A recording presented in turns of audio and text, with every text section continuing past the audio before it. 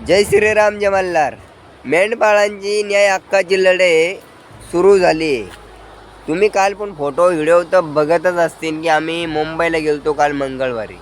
खास मेंढपाळांचे जे विषय मेंढपाळांना ज्या अडचणी आहे त्या मांडण्यासाठी तिथं आम्ही निवेदन पण दिलं मंत्रालयामध्ये 2-4 आमदारांना, आमदार गोपीचंद पडळकर साहेबांना. त्यांना सांगितलं की बाबांनो, आमच्या मेंढपाळ समाजाला फॉरेस्टाची, जंगलांची अन्याय अत्याचार होतो त्यांच्यावर, म्हणजे त्यांचे नुकसान होते, भरपूर काय होतं त्यांच्या विषयावर काहीच नाही. म्हणून आमची एक विनंती आहे. मी होतो, योगेश भाऊ शिंदे, हे अजून सुनील, हे ते बरं 2-4 जण होतो आम्ही. आता आमचं त्याच्यात काय प्रभाव पडला का नाही ते नाही माहीत, पण मग आम्ही खास मेंढपाळांसाठी मुंबईला गेलतो काल. तर आम्ही त्यांना सांगितलं, म्हटलं साहेब मेंढपाळांसाठी काहीतरी सुविधा करा, त्यांना फॉरेस्ट नाही मेंढ्या चारण्यासाठी ते फॉरेस्ट मोकळे करण्यात यावा, अतिक्रमण हे सगळं म्हणजे थांबवण्यात यावा.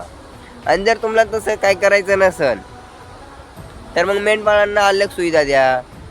मेंढ्या टायबंदी करण्यासाठी दरवर्षी पैसे, चारा पाणी जे पुरवायचे ते पुरवा.